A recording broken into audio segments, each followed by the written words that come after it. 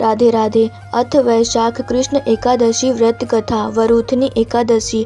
धर्मराज युधिष्ठिर बोले कि हे भगवान, वैशाख मास के कृष्ण पक्ष की एकादशी का क्या नाम है तथा उसकी विधि क्या है तथा उसके करने से क्या फल प्राप्त होता है, आप विस्तार पूर्वक मुझसे कहिए, मैं आपको नमस्कार करता हूँ। श्री कृष्ण कहने लगे कि हे राजेश्वर, एकादशी का नाम वरूथनी है।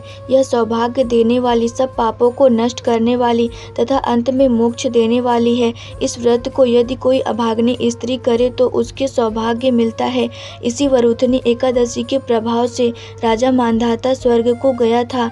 वरूथनी एकादशी का फल 10,000 वर्ष तक तप करने के बराबर होता है। कुरुक्षेत्र में सूर्य ग्रहण के समय 1 मन स्वर्ण दान करने से जो फल प्राप्त होता है, वही फल वरूथनी एकादशी का व्रत करने से मिलता है।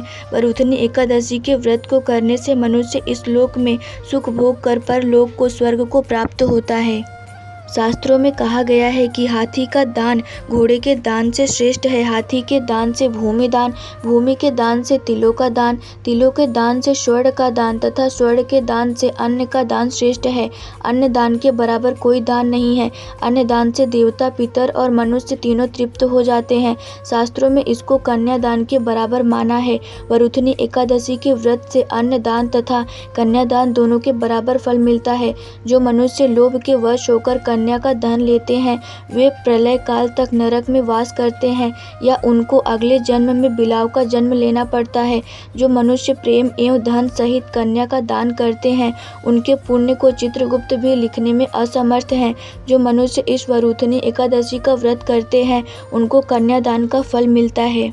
वरूथनी एकादशी का व्रत करने वाले को दशमी के दिन निम्नलिखित वस्तुओं को त्याग देना चाहिए। कांसे के बर्तन में भोजन करना, मांस, मसूर की दाल, चना का साग, कोदो का शाक, मधु, शहद, दूसरे का अन्न, दूसरी बार भोजन करना एवं स्त्री प्रसंग। व्रत वाले दिन जुआ नहीं खेलना चाहिए तथा शयन भी नहीं करना चाहिए। उस दिन पान खाना, दातून करना, दूसरे की निंदा करना तथा चुगली करना एवं पापी मनुष्यों के साथ बातचीत सब त्याग देना चाहिए। उस दिन क्रोध, मिथ्या भाषण का त्याग करना चाहिए। इस व्रत में नमक, तेल अथवा अन्न वर्जित है।